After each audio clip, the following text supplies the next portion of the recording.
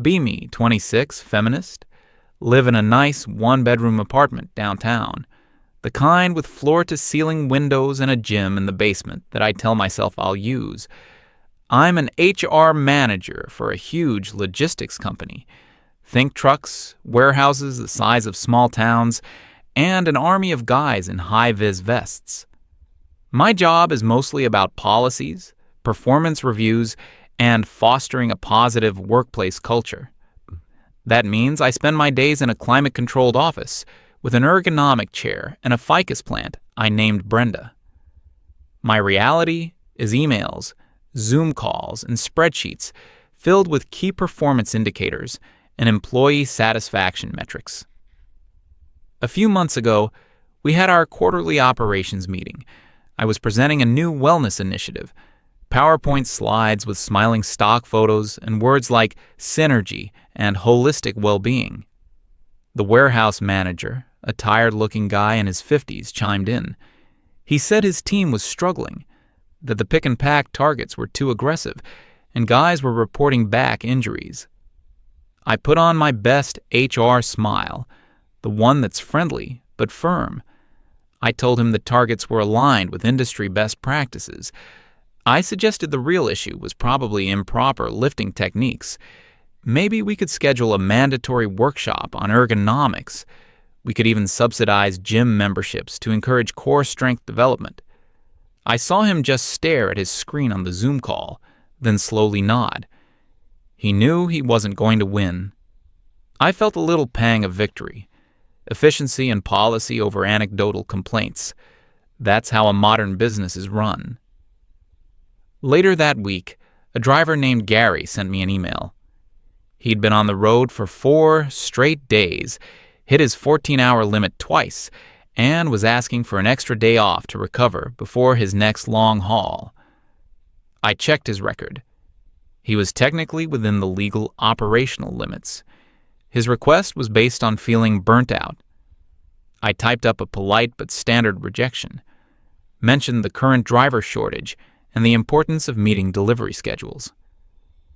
I remember leaning back in my chair and sighing. It felt like the men in this company were always complaining, always finding a reason why they couldn't just do the job. I posted in my private group chat with my female colleagues. Just had to tell a driver he can't have a day off because he's tired. Imagine if these guys had to deal with our reality for a week. They wouldn't last a day. The chat filled with laughing emojis and messages of agreement. It felt good. A little bit of solidarity in a world of male drama. The company threw a corporate party a while back. One of those cheap and cheerful events in a rented-out conference room with a cash bar and a bad DJ. I was having a glass of white wine, chatting with some people from accounting. Eventually, I found myself in a circle with a few of the drivers and warehouse guys, including Gary. The topic somehow turned to work-life balance. I made a comment, something about how office stress is a unique kind of exhausting, the mental load, the emotional labor of managing people. One of the guys chuckled. Try loading a 50-foot trailer in the middle of July, then talk to me about an exhausting day. I couldn't let that slide. I said that the whole idea of men's work was an outdated social construct, that any reasonably fit woman could do what they do, and probably with less complaining. They all just looked at me. Not angry, more amused. That's when Gary spoke up. He wasn't smiling. He just looked me dead in the eye and said, "Talk is cheap, Jane. Why don't you prove it?" The whole circle went quiet. He said, "One day. That's all I'm asking. Work a single shift on the warehouse floor with the crew, from clock in to clock out. Then you can tell us how easy it is." All eyes were on me. The guys, my colleagues from the office, everyone was waiting to see what I'd do. Backing down would mean losing face completely. I'd be the HR lady who talks a big game but can't back it up. My pride took over. I lifted my chin and said, "Fine. I'll be there Monday morning. What time's check-in?" Gary just nodded slowly. Shift starts at 8. Monday morning came way too fast. My alarm went off at 6:30 a.m. It was still dark outside. I put on my best yoga pants and an expensive athletic top. If I was going to do manual labor, I was going to do it with moisture-wicking technology. I got to the warehouse, and the sheer scale of it hit me. It was a giant metal box under a gray, overcast sky. The air smelled like diesel fumes and damp concrete. The noise was the first thing I noticed inside. A constant, deafening roar of machinery, beeping forklifts, and the rumble of conveyor belts. The shift supervisor gave me a high-vis vest and a pair of steel-toed boots that felt like they were made of lead. They were scuffed and worn. I wondered how many people had worn them before me. He also handed me a scanner gun and a pair of work gloves. My station was on the inbound receiving line. A massive conveyor belt brought in a steady stream of boxes from newly arrived trucks. My job was simple: grab a box, scan the barcode, and stack it on the correct pallet based on the code that popped up on my scanner's screen. The boxes weren't huge, but they were dense. Books, machine parts, canned goods. Most were between 20 and 30 pounds. For the first half hour, it was almost fun, a novelty. I was moving, I was active, I was proving my point. I smiled at the guys working next to me. "Not so bad," I shouted over the noise. They just grunted in response, never breaking their rhythm. Grab, scan, stack, grab, scan, stack. A human machine. By the 1 hour mark, the novelty was gone. My arms were starting to feel heavy. A dull ache was setting up shop between my shoulder blades. The athletic top was a mistake. I was sweating, but the warehouse was cold and drafty. The boxes just kept coming, an endless river of brown cardboard. I tried to keep up with the pace of the men on either side of me.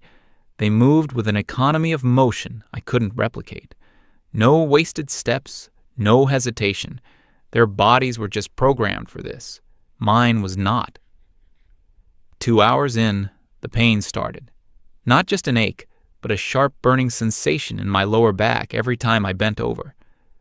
My hands, even through the gloves, were raw. The rough edges of the cardboard were like sandpaper. My legs started to feel shaky. I looked at the clock on the wall, 10:15 a.m. I had almost 8 hours left. A wave of panic washed over me.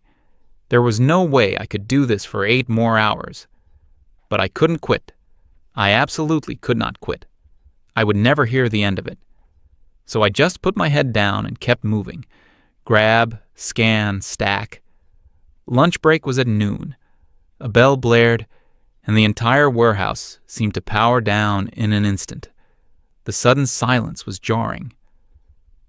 I followed the stream of workers to the break room. I collapsed onto a plastic chair. My hands were shaking so much I could barely unwrap my sandwich. I looked down at my palms. Even with the gloves, they were red and puffy, with the beginnings of blisters forming. The men around me were eating quickly, methodically. They weren't laughing or chatting. Most were just staring at their phones or off into space, conserving energy. No one looked at me. I was an outsider, a tourist in their world of exhaustion. I managed to eat half my sandwich before the bell blared again, signaling the end of the break. Getting up from that chair was one of the hardest things I've ever done. Every muscle in my body screamed in protest. The afternoon was a blur of pain.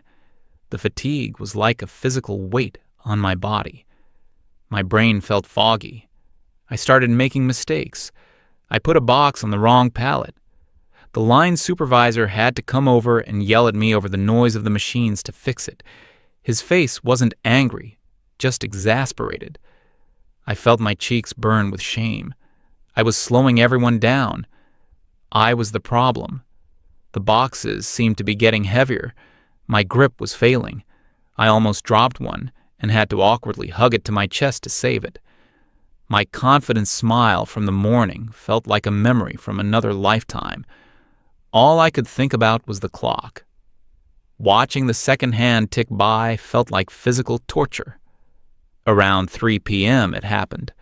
I reached for a particularly awkward box. My muscles screamed, and my grip just gave out. The box, full of what felt like bricks, tumbled to the concrete floor, the corner splitting open. I just stared at it, frozen. I didn't have the energy to even bend down. One of the younger workers, a kid who couldn't have been more than 20, stopped what he was doing and came over. I braced myself for a sarcastic comment, a smirk, and "I told you so." But he didn't say anything. He just effortlessly picked up the heavy box, tucked the broken flap back in, and placed it on my pallet for me. Then he looked at me, and in his eyes, I saw something that broke me. It wasn't anger. It wasn't amusement. It was pity. It was the look you give a small animal you find struggling on the side of the road, a gentle, sad, and slightly condescending sorrow. He knew I was out of my league. He knew I was in pain. He knew I didn't belong here. And that look, that single moment of unsolicited compassion, felt more humiliating than any insult.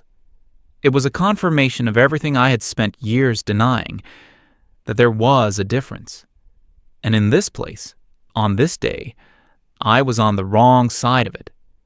He gave a small nod and went back to his own work, leaving me standing there, completely shattered. The final hour of the shift was an out-of-body experience. I moved on autopilot. My body was a machine that was breaking down, but it hadn't stopped running yet. When the final bell rang, I almost cried with relief. I dropped my scanner on a bench and practically limped towards the exit. I didn't say goodbye to anyone. I couldn't even look at them. I got to my car, a nice, clean sedan that looked completely out of place in the gravel parking lot full of old pickup trucks. I fell into the driver's seat and just sat there for 10 minutes, not moving. My hands were trembling on the steering wheel. My back was a solid knot of pain. A fine layer of cardboard dust covered my clothes and my hair. I caught my reflection in the rearview mirror. My face was pale and smudged with dirt. My eyes were red-rimmed and hollow. I looked like a ghost. Driving home, every little bump in the road sent a jolt of pain through my spine. When I finally got back to my pristine apartment, I stood in the middle of my living room and just looked around. The quiet, the clean air, the soft couch. It felt like a different planet.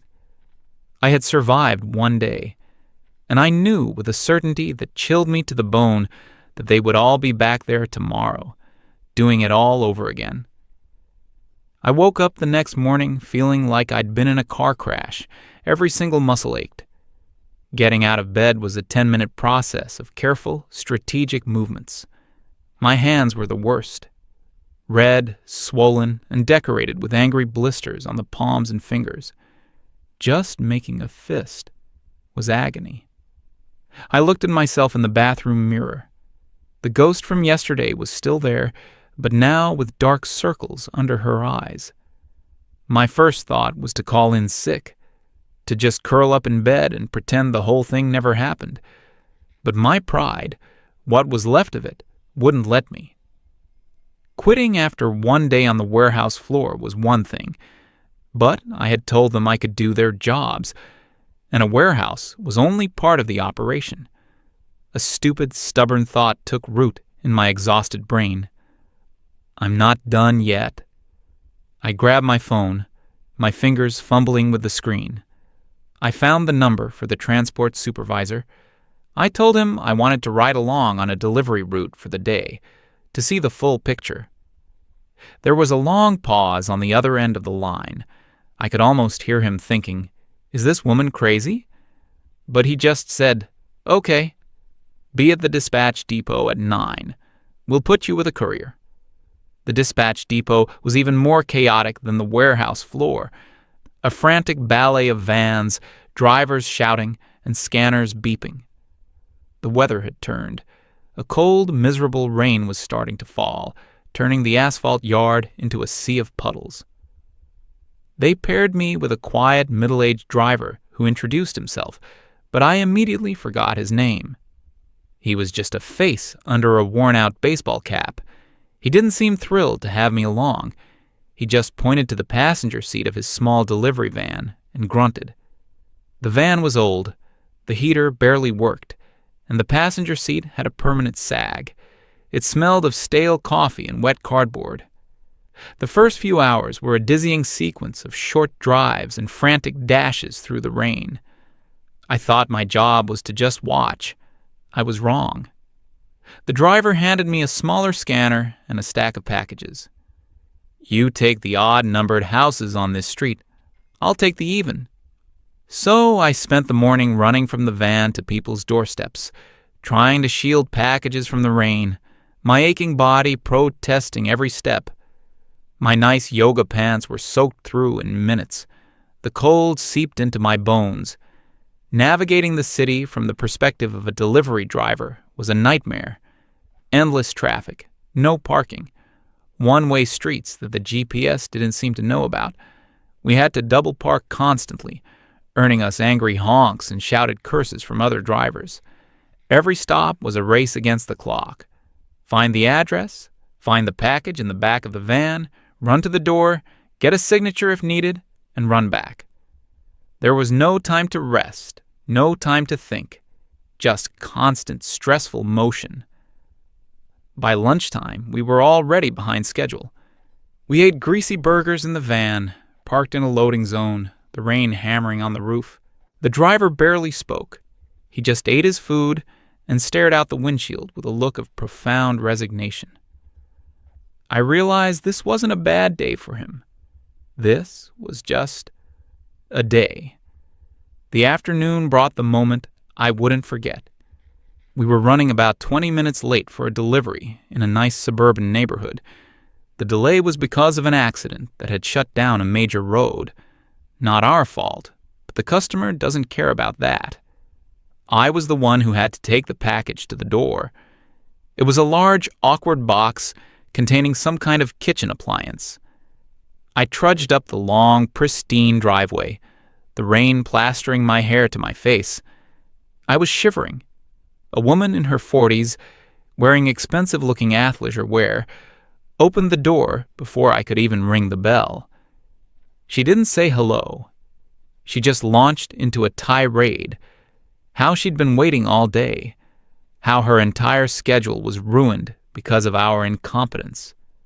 How she was going to call customer service and file a formal complaint. I stood there on her porch, soaking wet, cold, and exhausted, holding her heavy package, while she yelled at me. I tried to explain about the accident, but she just talked over me. "I don't want to hear your excuses. Just give me my package." I handed it to her. She snatched it out of my hands and slammed the door in my face. No thank you, no tip, just pure, unadulterated rage. I walked back to the van in a daze. As I climbed back into the passenger seat, a memory hit me so hard it felt like a physical blow. I remembered sitting in a meeting just a few months prior, looking at a report on customer complaints. I had made a comment to a colleague. Some of these courier complaints are so dramatic. It's just a late package, not the end of the world. I had laughed. Sitting there in that cold, damp van, I wasn't laughing anymore. By the time we finished the route, it was dark. My whole body felt like one giant bruise. But the stubbornness wasn't gone. It had morphed into something else. A strange, masochistic need to see it all the way through. When I got home, I didn't even shower. I called the warehouse supervisor. I told him I wanted to work the night shift, sorter. He was clearly shocked. "Jane, are you sure?" "That's a 12-hour shift, from 10 p.m. to 10 a.m. I told him I was sure. I think he was too stunned to argue. Showing up at the warehouse at 10 p.m. was a surreal experience. The same place, but it felt different, more intense. The night crew was a different breed, quieter, more haggard-looking. You could see the permanent fatigue etched into their faces.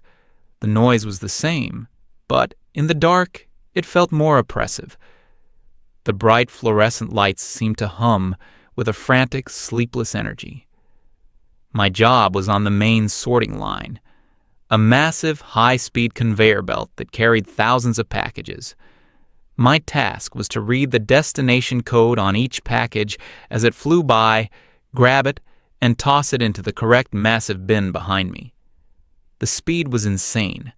There was no time to pause. The packages never stopped coming.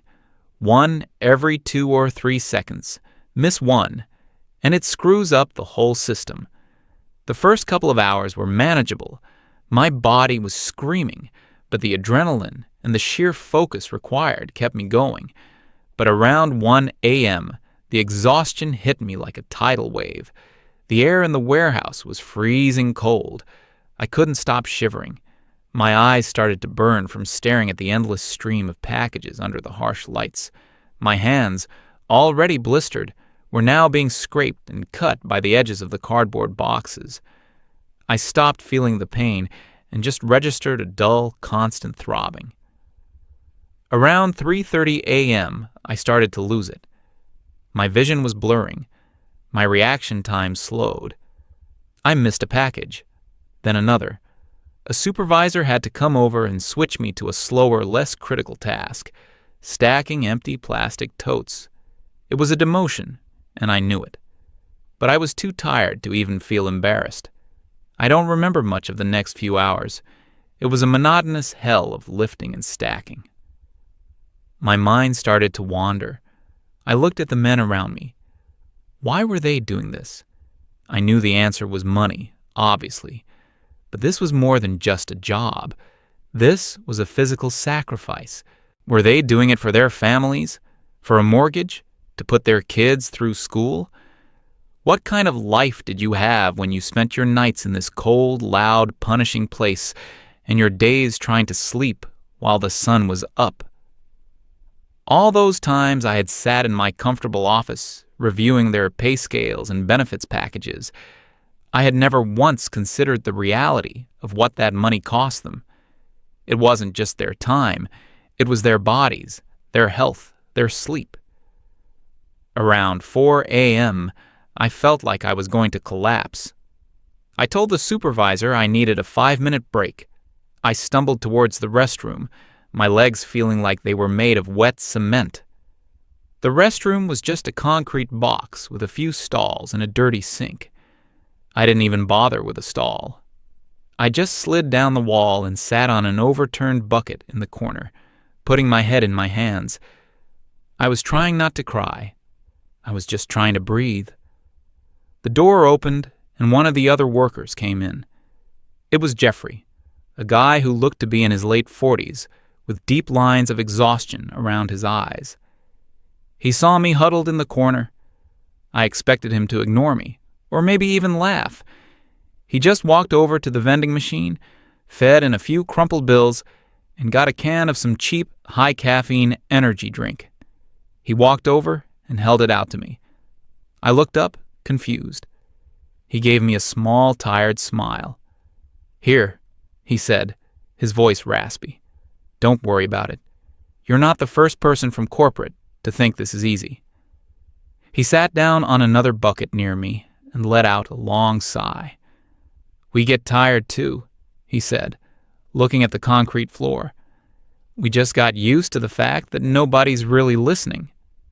He didn't say it like a complaint. He wasn't asking for my sympathy. He said it like a simple statement of fact, like saying the sky is blue or the floor is concrete. It was the truth of his world, and for the first time, I heard it. I really, truly heard it. I got back to the office the next day, or rather, the same day, after a few hours of what couldn't be called sleep. I showered, put on my professional office clothes, and tried to cover the dark circles with concealer. Walking through the office felt like stepping into another dimension. The quiet hum of the HVAC system, the smell of coffee, the soft carpet under my feet. My hands were so sore I could barely type. My back was a solid wall of pain. In the hallway, on my way to get coffee, I ran into them. It was Gary, the driver from the party, and a couple of the other guys from the warehouse crew. They were there to pick up some paperwork. They stopped when they saw me. They all looked at me, their expressions a mixture of curiosity and expectation. I could see they were waiting for the punchline, waiting for me to make a joke, to admit defeat, to say something sarcastic about my little adventure. I opened my mouth. The old me, the me from 4 days ago, had a dozen snappy comebacks ready, but they wouldn't come out. I looked at their faces. Then I looked down at my own hands, at the raw, blistered skin peeking out from under my cuffs. I looked back at them. My voice was quiet, barely a whisper. "Thank you," I said. "Thank you for what you do." I walked past them without another word, heading for my office. I could feel their eyes on my back. I heard one of them mutter, "What was that about?" I didn't look back, but in the stunned silence I left behind, I knew something had fundamentally changed. Not just for them, for me.